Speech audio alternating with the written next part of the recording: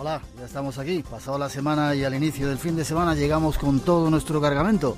Misterios y sobre todo respuestas en este espacio en blanco. Y os necesitamos como cada semana. Pues de sus primeros datos, presentar a nuestro invitado Carlos Cajigal. Buenas noches, Carlos. Hola, buenas noches. Un placer que estés con nosotros. Lo mismo digo. Déjame que te presente un poco. Eres historiador. Hiciste estudios de geografía e historia. Te fuiste a Francia. Y estás considerado como uno de 5 o 6 en el mundo que más sabe de estas cosas de las que vamos a hablar hoy. Bueno, un poquito exagerado, pero bueno, se intentará. Y autor de un libro, ya salió hace bastante tiempo, ¿no? El Grial secreto de los merovingios. Sí, realmente el libro fue editado en el 2005 y como es un compendio de trabajos de investigación, pues la verdad es que sí tiene varios años. Ajá. Y eres del Bierzo, o bueno... Sí. A mucha honra. Sí, señor. Yo casi también, ya me gustaría a mí. Tu familia es del Bierzo. Te decía que en este mapa que estoy viendo, en este globo terráqueo, están encendiéndose muchos puntitos del Bierzo, de Ponferrada. No lo había visto otras veces. Es curioso, igual es tu gente que está escuchando. Probablemente sea mi madre. Sí, saludos para ¿cómo se llama? Purificación. Purificación, saludos. Aquí tenemos a tu hijo. Lugares, el Bierzo es uno de los lugares más increíbles de este increíble país que es España, mágico por todos los sitios, pero no tan conocido, ¿verdad? La verdad es que ahora nos acordamos del Bierzo porque la situación está muy delicada con el tema de la minería, ¿no? El carbón, ¿verdad? Pero bueno, y a mí, pues yo me crié allí y me ha marcado mucho ya lo que es la región y lo que es la gente. Dentro de la región, pues aparte de lo conocido, el famoso Castillo de los Templarios. ¿Jugabas al fútbol allí? Sí, cuando no se pagaba para entrar. Sí, señor. Yo también lo hice, ¿eh? No mucha gente ha sido capaz de jugar, bueno, ha tenido la fortuna de jugar al fútbol en un patio de un castillo templario. No, es que el patio realmente ahí albergaba en los periodos de guerras, en el siglo XIII-XIV, albergaba a la gente para que allí se protegiera. Ajá. Y sí, pero jugar cuando era pequeño, pero también tienes otras zonas, otros lugares. lugares. Te digo una cosita antes.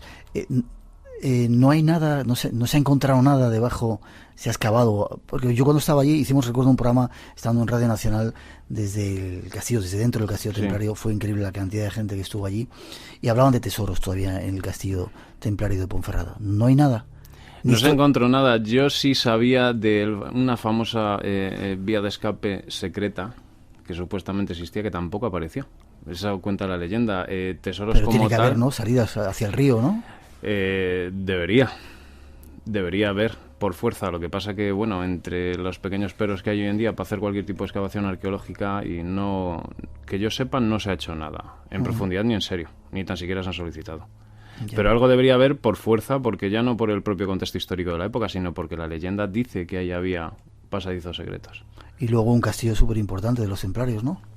Pues ahora mismo puede ser el mejor conservado que hay en Europa. ¿El mejor? Sí, sin duda. Luego podemos entrar a discutir si las restauraciones interiores que se han hecho han sido correctas, pero conservado sí, sin duda es el mejor de toda Europa. Ajá. La invitación para que lo visitéis si no lo conocéis, porque es un lugar excelente. ¿Qué otros lugares?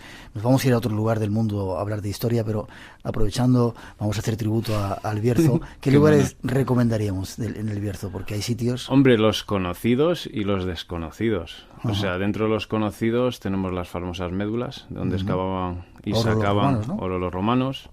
El famoso Valle del Silencio, porque eso hay que sentirlo. ¿Por qué crees que se llama del silencio? Me decías ahora micrófono cerrado. Yo no lo sé, yo tengo alguna teoría. Allí ha debido haber alguna que otra gran batalla. ¿Sí? Sí. ¿En ese valle? De eso, por eso debe haber ese inexplicable silencio. ¿Sí? De ahí Valle del Silencio, sí, yo creo que sí. Lo que pasa no he tenido tiempo todavía de investigarlo. Un lugar donde había muchos eremitas y mucha gente se retiraba a vida espiritual, ¿verdad? Sí, sí, sí. ¿Más lugares? Monasterio Carracedo, del siglo VIII. Es de los más antiguos que hay en lo que es en la Europa cristiana, pero luego tienes otro pequeñito en el pequeño pueblo de Vega Espinareda, que también son de las iglesias más antiguas que hay en España. No solamente tiene el privilegio Asturias, por ser el icono de la Reconquista, el pequeño reducto cristiano cuando la invasión musulmana, pero luego en esas pequeñas zonas del Bierzo tienes iglesias con la historia cristiana más antigua que puede haber ahora mismo. Y la herrería de Compludo. La herrería de Compludo. Qué sitio tan increíble. Sí. Luego tienes otros lugares de interés histórico, como puede ser el barrio húmedo de Molina Seca. para el que quiera tomarse unos vinos. Es otro tipo de historia esa, ¿no? Sí, sí, pero también vale, vamos. Y buen chorizo y buenos botillos, ¿no? Bueno, muy bueno. Pero nunca hemos hecho ese experimento. Si hay gente escuchándonos desde el vídeo, evidentemente nos están escuchando, hacernos una llamadita para hacernos saber que estáis ahí. 900-137-137, y si nos trajeran unos chorizos ya sería tremendo. Tremendo. Seca. 2:17, nos vamos a poner serio, nos vamos a llamarnos, eso sí, me gustaría saber que la gente del Bierzo, de León, estáis ahí escuchando, y nuestro testimonio hacia los mineros que se lo ocurran. ¿Has alguna vez en una mina? Mi abuelo se mató en una mina, Sí. mis 2 tíos han trabajado en la mina. Qué gente tan Mi padre increíble, está jubilado, incluso mi hermano pequeño, tengo un hermano un año más pequeño que yo, trabajó en la mina. Trabajó en la mina. En Sí, Favero. mi familia es minera, sí, en Favero. En Favero. Pues nuestro testimonio hacia los mineros que se lo ocurran un montón, y es un trabajo poco considerado muchas veces, y gracias a ellos tenemos... Hombre, te duele ver la situación en la que están ahora, porque sabes muy bien que el Bierzo, si le quitan la minería, Sí, no sí. sabes qué van a ser ellos. Bueno, llamarnos 900-137-137. Nos vamos de viaje. Queremos averiguar un montón de cosas de la historia, así que atentos, que veréis que hay sorpresas y sobre todo hay respuestas. Estamos teniendo ya algunas llamadas, y acaba de llamar a un paisano del Bierzo que está trabajando en una mina de carbón a cielo abierto ahora mismo, y te saluda. Otro más nos sigue llamando, 900-137-137. Es bonito saber que... Eso sí es duro. Sí, Eso sí es duro. la verdad que sí. Bueno, empezamos con la historia, si te parece. ¿Quiénes eran los merovingios estos? Yo ese día falté a clase de historia, yo creo. No me sé Después muy de la introducción que habéis hecho, poco más podría apuntar. Pero ¿de dónde vienen esos reyes? ¿Eran bárbaros? Era una dentro de, bueno, hay que precisar, el nombre de bárbaros actual no era exactamente el significado que tenía en la época romana. Los romanos designaban con el nombre, denominaban bárbaros a todas aquellas personas que vivían fuera de los límites del imperio. Entonces, lo que era en la actual, que es la actual Germania, el norte de Europa, había una confederación pues de tribus, grupos tribales, pueblos, visigodos, todo lo que era el compendio de tribus que se conoce como germánicas, aunque dentro de aquellas no nos vamos a liar porque tampoco serían germánicas todas. Yeah. Y entre ellas pues estaban lógicamente el grupo de los francos. No eran bárbaros, es decir, los llamaban así, pero eran gente que tenían cultura, supongo, tradiciones, creencias, Sí. etcétera, etcétera, ¿no? Ellos se basaban dentro de las costumbres, no tenían leyes escritas, pero tenían sus propios consejos tribales, sus jefes militares, caudillos militares. O sea que lo que eran pueblos agrícolas, ganaderos, más que nada guerreros, pero al fin y al cabo, pues como era en aquella época, como vivían, como se vivía en aquella época. Nos siguen mandando mensajes otros mineros también que está trabajando ahora. Berciano, saludos a todos. Nos encanta que estéis ahí. ¿Por qué son importantes esta dinastía merovingia? ¿Quién es el primero? ¿Quién la funda? Atentos, porque esto va a desembocar seguramente al final. Déjame que diga una cosita. Al final del programa, quizá con los reyes actuales. A lo mejor entroncamos una historia del pasado con una historia de ahora. Dentro del grupo de los francos sobresalieron, en el contexto histórico de la época, sobresalían las estirpes atendiendo a los criterios. El que era bravo en la batalla, pues solía sobresalir sobre los demás, y dentro del grupo de los francos, pues digamos que los sicambros sobresalían como los más bravos guerreros. Dentro de los sicambros, pues estaban lo que fueron los merovingios.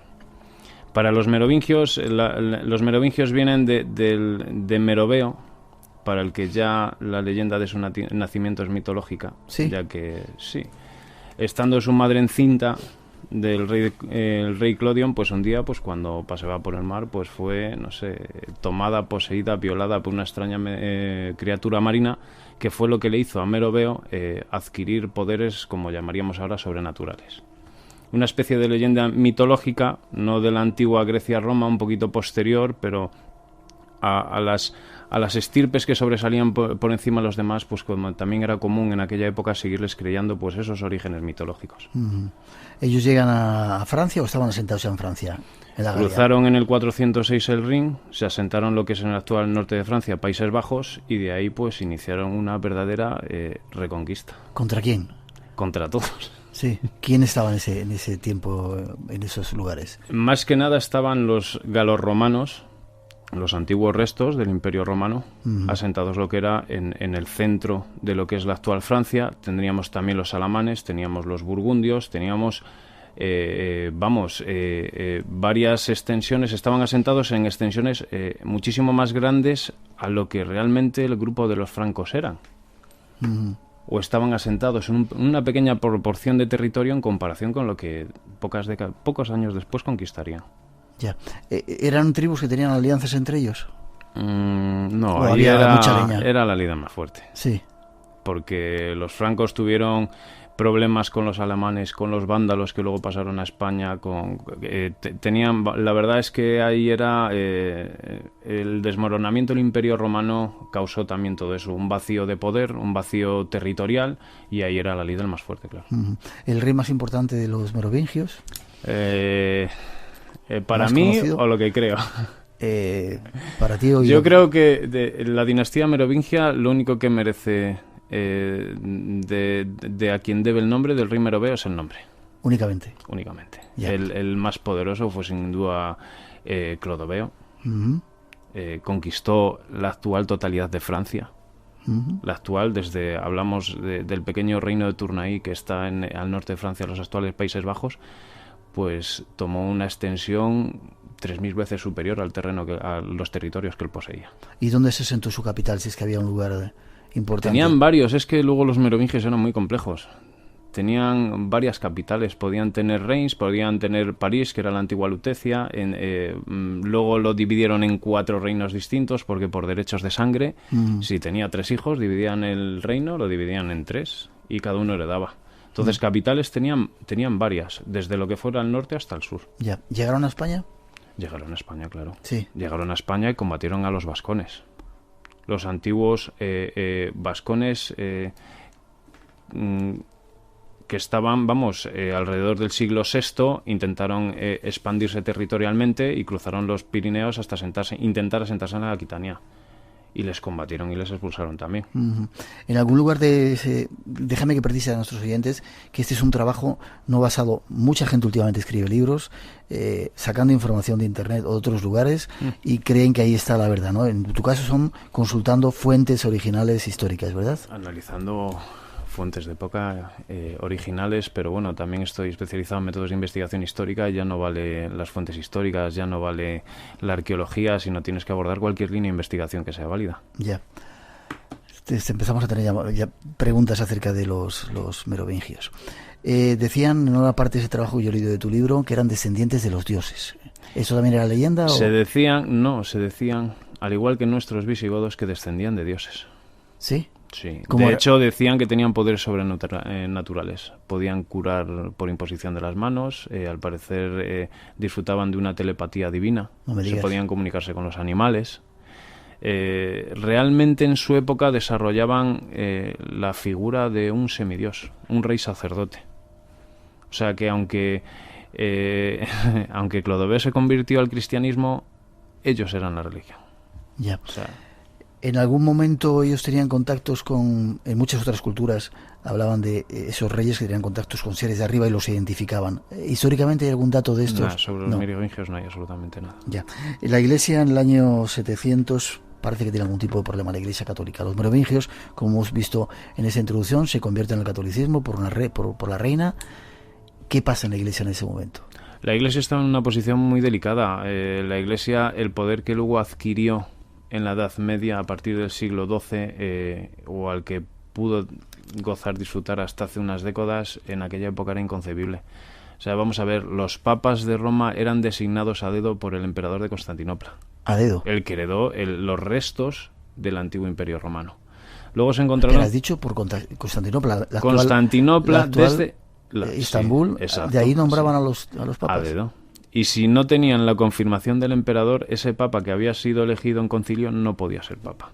Luego se encontraron con los ostrogodos, que los ostrogodos, como buenos familiares de los visigodos, de la familia de los godos, su particular forma de elección era muy buena. Si el concilio designaba un papa que no le gustaban, pues llegaba Teodorico, lo posaba, le cogía un hacha, le cortaba la cabeza y se elegía otro. 2:30, 1:30 en las Islas Canarias. Queremos contaros esta noche una parte de la Iglesia para luego hablar de María Magdalena y del Santo Grial, y ya veréis qué cosas tan curiosas. Esto es Radio Nacional de España. En el año 2189 jefes de Estado y de Gobierno se reunieron con el propósito de mejorar las condiciones de vida de millones de seres humanos. Se fijaron una serie de propósitos conocidos desde entonces como los Objetivos del Milenio. Futuro Abierto, con Tato Puerto. Ahora, 10 años después, han celebrado una nueva reunión y se han constatado los escasos avances en esos objetivos. Esta semana en Futuro Abierto hablamos del presente y el futuro de los Objetivos del Milenio. Los domingos a las 6 de la mañana en Radio Nacional. 2 citas cada semana, de 2 a 4 de la madrugada. 1 hora antes en Canarias, los sábados y domingos. Espacio en Blanco. En Radio Nacional de España, con Miguel Blanco. Seguimos, empieza a haber alguna pregunta ya. Dice, relación de los merovingios con monjes de la abadía del Monte de Sion, fundada en 1099 por Godofredo de Bouillon. ¿Tenía algo que ver? Uf. ¿Lo dejamos para luego? Sí, vale, lo dejamos para luego. ¿Qué tiene que ver toda esta historia de los merovingios con la Iglesia? Mínimamente para empezar a analizarlo. Pues vamos a ver, en el momento en que Clodoveo se convierte al catolicismo, la Iglesia estaba en una posición muy delicada, porque entre los problemas que tenían con los ostrogodos, el emperador de Constantinopla, y que el arrianismo en aquella época estaba muy arraigado, de hecho los visigodos eran arrianos. Arrianos, sí. La Iglesia podríamos decir que estaba al borde de su desaparición. La Iglesia católica. La Iglesia católica que hoy conocemos. Ajá. ¿Y qué pasa? Pues que al convertirse, vamos a ver, los merovingios y los francos en cuestión de unos años se hicieron muy poderosos en lo que era en la Europa antigua, en la Europa medieval. Pero muy poderosos, tanto por poder político, social, económico, como territorial. Para la Iglesia suponía la salvación, una vía de escape de ellos. ¿Por qué? Porque en Italia no podían hacer nada con los reyes ostrogodos. Y luego todavía tenían al emperador de Constantinopla, que es que les seguía. Hay una temporada muy, muy rara que o los elegía él o se los cargaban los reyes ostrogodos. Entonces, digamos que lo que les supuso para la Iglesia fue una pequeña vía de salvación. Ya, políticamente les vino bien que... Políticamente, a costa de que es que era la Iglesia Católica era un bulto en los reinos francos, porque quien tenía el poder religioso era el rey merovingio. Ya. Lugares en Francia que tengan que ver con todo esto. Carcassonne. Dime algunos. Sí, eso era para hacer rutas turísticas. Bueno, Carcassonne ya es más medieval, pero tienes Toulouse, tienes Nimes, tienes Beaucaire, tienes Albi, tienes Bessières, te puedes ir a la Bretaña francesa. Puedes subir para arriba. Lo que pasa que ahí ya nos metemos incluso los Países Bajos. Sí. Es que hay muchísimo. París es la antigua Lutecia. Era la capital de Clodoveo. La hizo capital de su reino. Déjame que sigamos un poquito más adelante. Hay más datos que queremos daros. Es una historia por capítulos, pero ya veréis al final si somos capaces de sacar la conclusión. Qué chulo. 900-137-137 es nuestro teléfono. Seguimos con esto.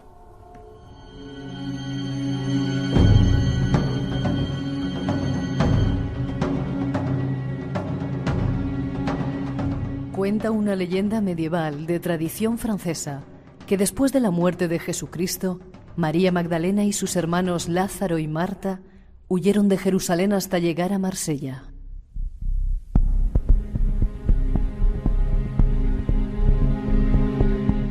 Se establecieron en la región mediterránea de Provenza, en una de las numerosas comunidades judías que había repartidas por todo el sur de la Galia.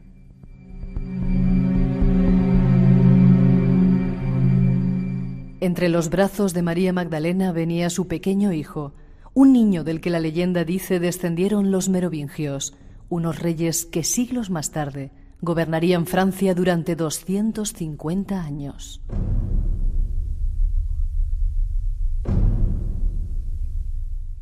En los últimos años de su vida, la santa habría ayudado en la evangelización del sur de la Galia romana y después se habría retirado a una cueva del macizo de Saint-Bon. La tradición dice que murió en brazos de San Máximo, obispo de Aix-en-Provence.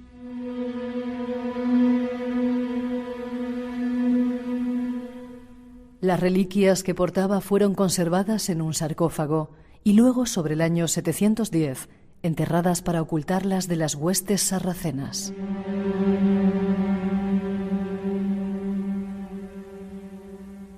Desde entonces estuvieron perdidas, hasta que en 1279 Carlos II de Anjou las descubrió.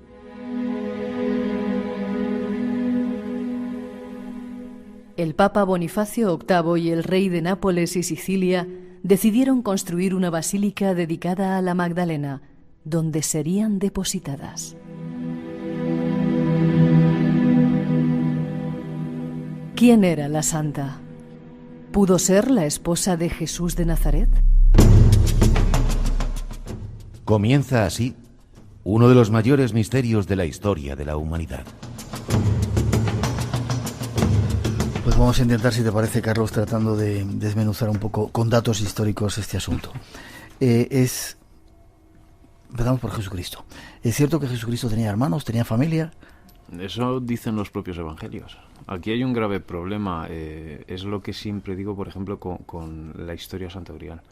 Llega un momento que se ha desvirtuado tanto las investigaciones que hace falta volver a los orígenes. ¿Qué digo los orígenes? Empezar con la traducción de los propios evangelios en griego. Según lo que ponen los evangelios originales, claro que tuvo hermanos, y hermanos de sangre. Sí. Y los propios evangelios, tanto Mateo como Lucas, hablan de él como de primogénito. En otro, lo que es el prototokos en griego, que es primogénito. Es decir, el hijo, el primero. Exacto. El primer varón, sí. Se supone que hay más después. También te hacen la diferencia entre hermanos de sangre, que es Adelfos, a Asepsios, que son primos. Y todo eso está ahí. Luego podemos hablar lo que es la Iglesia Católica, cómo los ha intentado retocar, buscar la explicación, rodear, etcétera, etcétera, etcétera. Pero cuando ya llega un momento que las informaciones están tan desvirtuadas, lo que hay que hacer es olvidarse de todo y volver a los orígenes. Ya. Empezar desde el principio. Y en los orígenes se dice que Jesucristo tuvo hermanos. De sangre. De sangre. De sangre. Vale, ¿se casó? ¿Era rabí? Era rabí, por supuesto. ¿Qué significa ser rabí? Pues es un jefe espiritual en la comunidad hebrea, en la comunidad judía. Además, eso es muy fácil porque el rabí de hace 2000 años es exactamente el rabí de la actualidad. Sigue siendo... Por la misma ley, por los mismos rituales y con las mismas obligaciones y con las mismas normas. Ajá. Él parecía que iba con mujeres, con 3 mujeres. Había 3 Marías en su vida, ¿no? Sí. ¿Quiénes eran? Su madre, su hermana y María Magdalena. ¿Y María Magdalena quién era? María Magdalena. En algún lugar se dice que la besaba en la boca. En el Evangelio de Felipe. Uno de los textos apócrifos que aparecieron en las cuevas de Nag Hammadi. ¿Eso qué significa? ¿Estaba casado con ella o que...? Vamos a ver, no hay nada que pueda contradecirse que ese evangelio no es auténtico. ¿Estamos? Sí. Luego puedes analizar, soportar como quieras toda la corriente, lo que es la corriente religiosa, porque vamos a ver, para investigaciones de este calibre lo primero que tienes que hacer es una investigación aséptica. Aislarte de todo, fuera influencias. Vamos a ver, esos que aparecieron en una cueva no eran una cueva. Hay que saber que en el siglo IV ahí había un monasterio. ¿Los papiros del Qumran te refieres? Todo en general. Ahí fundó San Pancomio, fundó un monasterio. Y esos papiros, la traducción de esos papiros, etcétera, etcétera, el Evangelio de Felipe en ese caso, fueron escritos por los propios monjes de allí. Luego se conservaron incorruptos, pero vamos, es que... poco más se puede decir. Ya. Un rabí en aquel tiempo, y supongo que ahora, ¿no? Si sigue siendo igual, podía casarse o estaba obligado a casarse según la religión judía. Según la Torá, lo que es la Mishnah, estaba casi obligado a casarse y tener hijos. ¿Eso presupone o hace pensar que Jesucristo pudo haberse casado con María Magdalena y tener descendencia? Si tú te ciñes a la ley hebrea, sí. Lo que no hay son pruebas ya no de que estuviera casado, porque según el Evangelio de Felipe ya lo da a entender. Pero no, lo que no hay constancia es de que haya tenido descendencia. Vale, damos el paso. Por cierto, tu madre te manda recuerdos. No fastidies. Acaba de llamar, sí. Nos ha llamado 900-137-137, Purificación Negra se llama, ¿verdad? Sí. Te acaba de llamar. 900-137-137 por si queréis participar. Decíamos en esa introducción que María Magdalena aparece en Francia con un niño o una niña. No sé si... Algunos dicen un niño, otros dicen una pareja. ¿Una pareja incluso? Sí. ¿Datos históricos de estos hay? Leyenda, o sea, no hay datos históricos. Leyenda, pero claro, es muy complejo. Por ejemplo, Aristóteles en la antigua Grecia decía que la historia estaba metida dentro de la poesía y la literatura. Ya. Entonces, las leyendas siempre tienen algo de base histórica. Vale, pero tratemos, hoy has venido tú, porque eres experto en datos históricos, tratemos de dar datos históricos, si te parece. ¿Hay constancia de que pudiera ser así? Constancia histórica, no. Lo que hay es una tradición, una leyenda de tradición francesa. pero constancia histórica como tal no la hay. Vale, ¿se asientan en Marsella o dónde llegan, dónde se sientan? ¿A qué zona van? Se asientan en unas de las comunidades judías que había allí en aquella época. Y de ahí hay un pequeño vacío de X años, siglos, en los que no se sabe nada más hasta que luego, inexplicablemente, Carlos II d'Anjou pues descubre los restos de la santa. Hablemos un poquito de la Iglesia. La Iglesia niega que Jesucristo Iglesia católica me refiero, tuviera hermanos, tuviera familia. Sí, porque la protestante no es el caso. O sea, en este caso hablamos de la católica. ¿Qué quiere decir eso? E incluso en el Concilio de Nicea, algunas veces hemos hablado de la religión. En el Concilio de Nicea parece que se eligen qué evangelios van a ser los aceptados y cuáles no, ¿no? No sé si en el Concilio de Nicea. Sí. Incluso dicen que 325, sí. 325. Incluso dejaron que una paloma fuera la que se posara encima de los textos. Dice, este sí, este no, este sí, este no. Yo no sé, debe ser que hoy en día hay cosas que consideramos casi inconcebibles. Pero sí, se reunieron todos los que ellos consideraban como posibles candidatos a evangelios sagrados y bajo unos criterios que, lógicamente, hablamos del año 325. Ajá. Casi 300 años después de que muriera Jesucristo los apóstoles. Entonces, bajo no se saben qué criterios, que sí se saben, porque lógicamente los seguidores y los que luego tomaron algunos padres de la Iglesia, pues impusieron, por decirlo de alguna manera, sus propias dogmas y doctrinas dentro de lo que luego sería la Iglesia cristiana, pues bajo esos criterios apartaron algunos, expurgaron otros y retocaron otros. ¿Quieres decir que montaron la Iglesia según les convino a ellos? Según lo que habían estado, no se preocuparon en saber, yo creo que no se preocuparon en saber lo que era verdad, realidad y mentira. Y luego, según lo que ellos habían estado predicando durante 3 siglos, pues según aquellas propias enseñanzas que ellos promulgaban, pues así actuaron.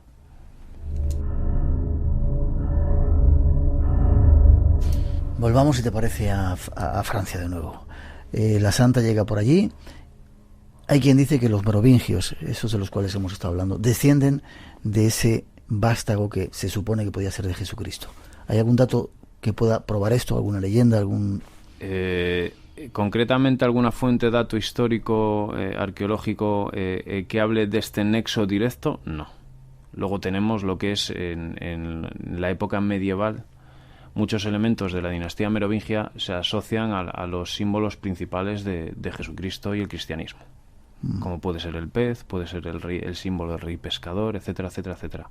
Pero dentro de lo que es esto no está ese nexo directo, esa fuente que demuestre que descendían de María Magdalena, no existe como tal. Hay un vacío, pues, de lo que hablamos de los siglos oscuros, de 5 o 6 siglos. ¿Y por qué se monta toda esa historia, entonces, de los descendientes de la estirpe real, que hablaremos después, que eran los reyes merovingios, e incluso que eso llega hasta los Borbones? Hablaremos luego al final del programa de ello. ¿De dónde viene ese...? Aparece en mediados del siglo pasado un personaje que se llama Pierre Plantard, ¿sí?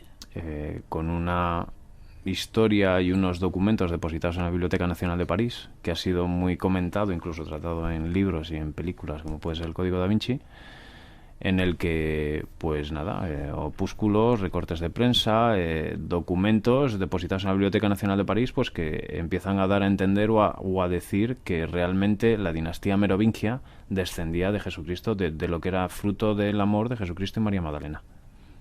¿Es un montaje? Está demostrado que sí. Cuidado, es un montaje. Vamos a ver, la realidad histórica ha seguido un camino diferente. Aquí lo que nos encontramos es este personaje fue llevado a juicio porque, claro, como lo que es, él se inventó una orden secreta y metió gente tan importante que no se dio cuenta que metió a alguien que en la época de los escándalos de la época Mitterrand, pues era su mano derecha.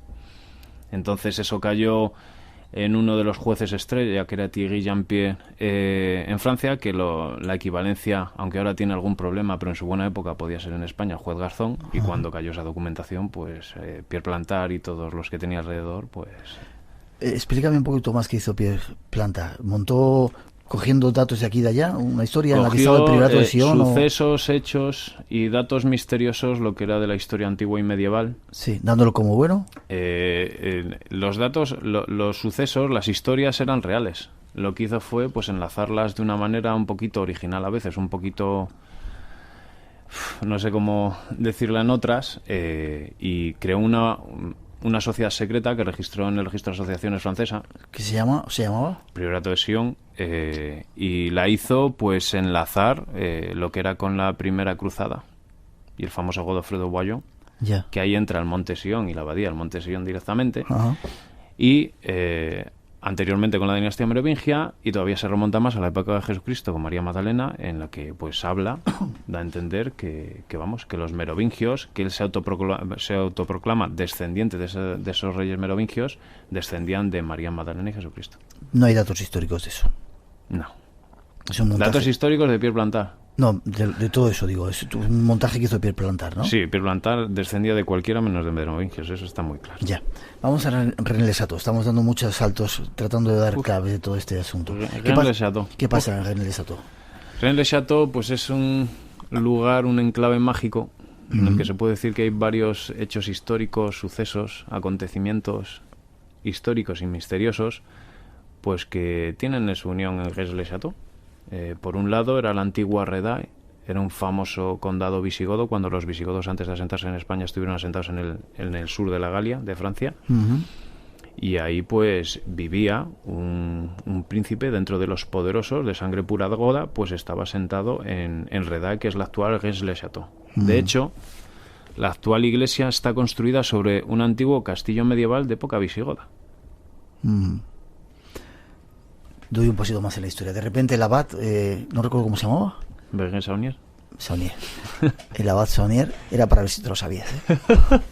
El abad Saunier de repente se hace rico de la noche a la mañana y hay dos teorías: o encontró un tesoro o la propia iglesia, o encontró datos que demostraban que la Iglesia Católica había montado toda la historia de la religión católica sobre mentiras. ¿Qué crees de las dos cosas? Yo creo que ambas. Vamos a ver, yo sí me canso de decirlo y tengo a mi amigo, a Rafa García, estaba sentado allí muchos años, ha vivido, es el que más sabe de Rennes-le-Château con una diferencia brutal, incluso lo disfruto. Nos lo tienes que presentar porque igual hacemos un programa desde allí.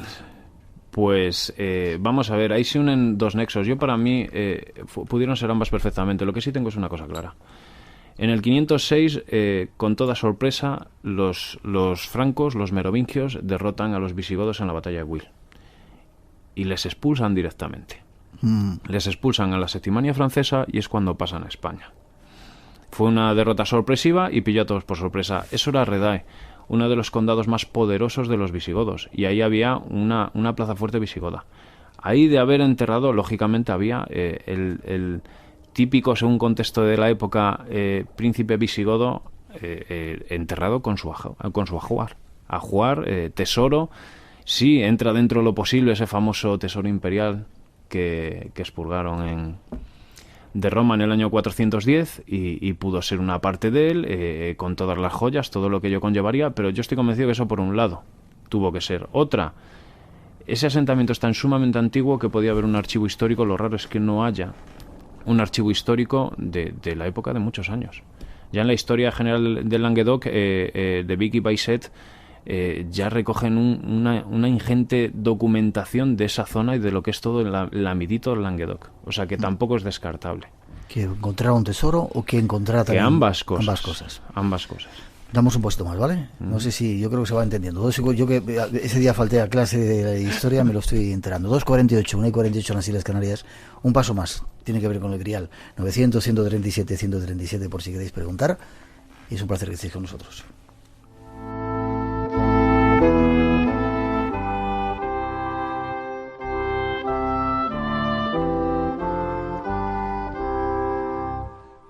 El enigma del Santo Grial es uno de los grandes misterios del cristianismo. El secreto que esconde ejerce una fuerte atracción sobre los amantes de la historia oculta.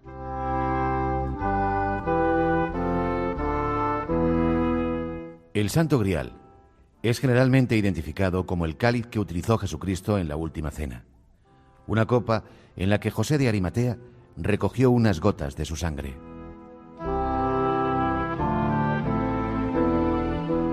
Pero para muchos es también una búsqueda hacia la perfección personal, aunque una corriente mucho más polémica afirma que en ella se escondería el secreto de Jesucristo y de un posible linaje mesiánico. Miles de griales se reparten por todo el orbe cristiano. También Infinidad de cuencos, platos, bandejas y piedras han sido identificados como griales célticos, bizantinos, britanos, francos, germanos o visigodos. Pero la única realidad es que después de siglos y cientos de investigaciones históricas, nadie puede asegurar qué es el Santo Grial y cuál es el secreto que guarda.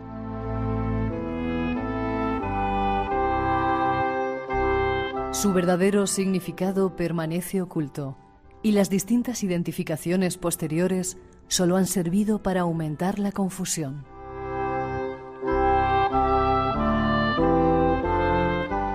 Hablaros del Grial e intentar descubrir su significado es nuestra próxima intención. Algo que vamos a intentar hacer en los próximos minutos. Pero antes otra pregunta. Dicen, ¿María Magdalena era la hermana de Lázaro? No la prostituta, sino María de Betania. Yo es que creo que todas esas son la misma, ¿eh? ¿Sí? Sí, son distintas denominaciones de la misma mujer. ¿Y era prostituta? Yo lo de prostituta no está demostrado, ¿eh? Ahí está la mano de la Iglesia. Yo creo que vamos a ver, si el oyente quiere investigarlo, solamente se tiene que fijar en la cronología, cuando empiezan a aparecer los datos de esa famosa prostituta, que paradójicamente a lo mejor viene del siglo IV, después del Concilio de Nicea, es cuando empiezan a aparecer esos datos sobre si era prostituta o no lo era. Ya. Yo ya le dejo la línea por ahí. Pero la cronología histórica fundamental, y esa dará cuenta, vamos, la verdad sale por sí sola. Vale, hablemos del Santo Grial. ¿Qué era el Santo Grial? ¿Hemos esbozado aquí alguno? Buena pregunta. Eres un experto. Uno de los mayores misterios de la historia del cristianismo, en la actualidad. ¿Montado por alguien o también estaba el coleguita que entró ahí para decir...? No, el Santo Grial es real, nace de unas... fuentes históricas originales de las llamadas obras del Grial, el Circo del Grial, lo que era literatura medieval del siglo XII, finales del XII, segunda parte del XII, principios del XIII, y tenemos que diferenciar dos partes muy claras. ¿Cuándo surgen las historias originales del Grial? Uh-huh. Cuando digo originales son historias que por su singularidad, su contenido, su lugar de aparición, son obras que se ven que son totalmente originales al analizarlas, y luego pues después de el ciclo de la Vulgata y ya con la muerte del rey Arturo de Sir Thomas Malory y el siglo XV, todo lo que ya viene después. Bien, y desde tu punto de vista, con los estudios que has hecho, que ya digo, yo me he estado un poco alucinando en el libro porque das datos de muchos sitios, ¿qué crees que podía ser el Grial? Realmente, bueno, lo que sí tengo claro es lo que no es. Espera, no lo digas todavía. Significado, ¿qué significa Grial? ¿Esa copa donde Jesús tomó? Es decir, ¿como etimológicamente significa eso o tiene otro significado? Se pueden encontrar orígenes etimológicos, pero es que estamos en la misma. La etimología es que encuentras orígenes para todo lo que quieras. Yeah. No, para mí no es una línea de investigación fiable, es una línea más. Lo fundamental es cuáles fueron las historias originales del Grial, dónde aparecieron, cuáles eran sus contenidos, qué decían, qué explicaban sobre el Santo Grial. La realidad histórica, vamos a ver, es que tanto la primera, que fue la obra de Chrétien de Troyes, el cuento de Perceval, el cuento Grial de Perceval, no da una explicación de lo que es el Grial.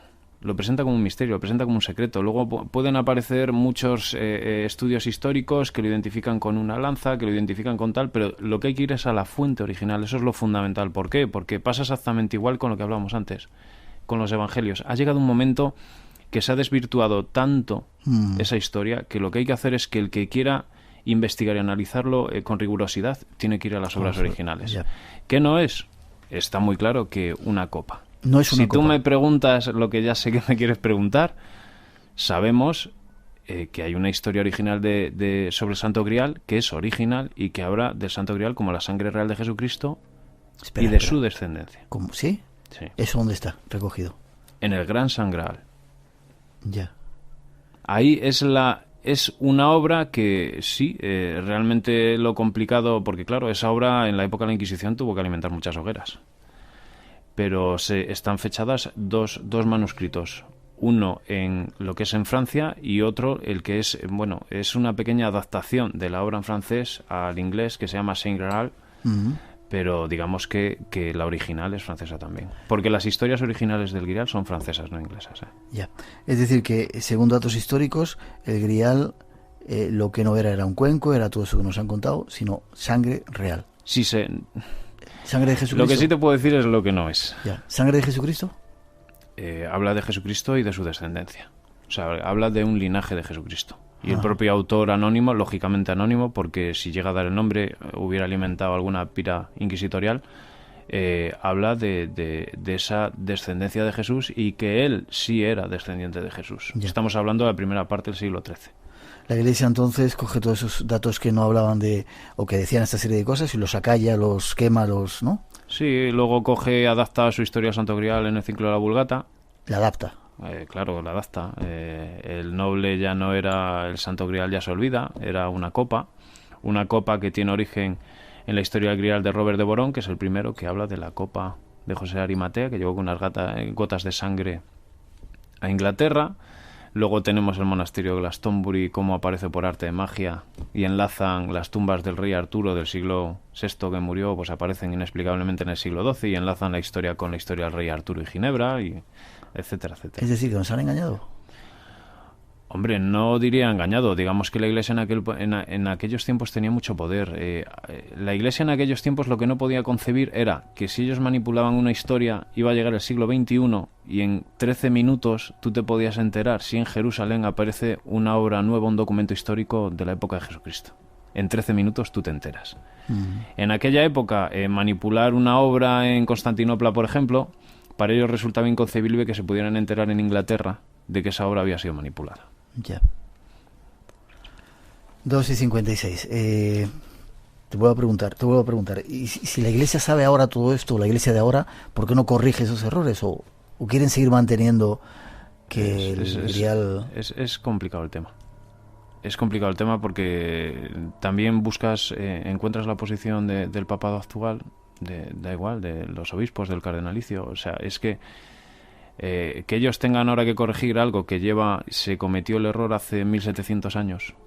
Lo único se ha estado siendo contumaz, perseverando en el error, encima, y que tenga que llegar ahora y después de 2000 años retocar todo eso, la verdad es que no podría. Yo creo, para mí la Iglesia Católica se desmoronaría por sí sola. Ya. El grial que hay en Valencia, el que hay en Piedrafita, ahí cerca del Bierzo, ¿eso qué es? No existe, no son buenos, es un montaje. Me estás apretando a base de bien hoy, ¿eh? Queda un minutito antes de las noticias y luego te dejo descansar. El cáliz de Valencia. No voy a hablar porque le he echado una mano a otro compañero con una investigación sobre el cáliz de Valencia.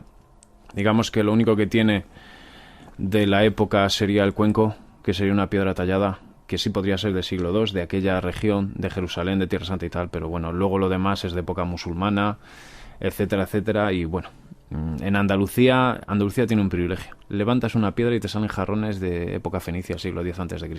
¿Y qué quieres decir con eso? Que no puede ser real, en ningún caso. Ya. ¿El de Piedrafita? ¿Del Cebreiro? Es que no, el cáliz como copa se cae por su propio peso. Podríamos analizarlo y es que se cae solo por su propio peso. Ya. El Santo Grial como cáliz. ¿Y René Chateau tiene algo que ver con toda esta historia? Es que sigue siendo un nexo. Es que es muy complejo. Pero ya no Rennes Chateau, todo lo que es la zona. Es que es muy complejo. Un libro no te da para eso, ni un trabajo de investigación. Ni 8. Ni un programa. Déjame que tenemos que hacer una mínima pausa.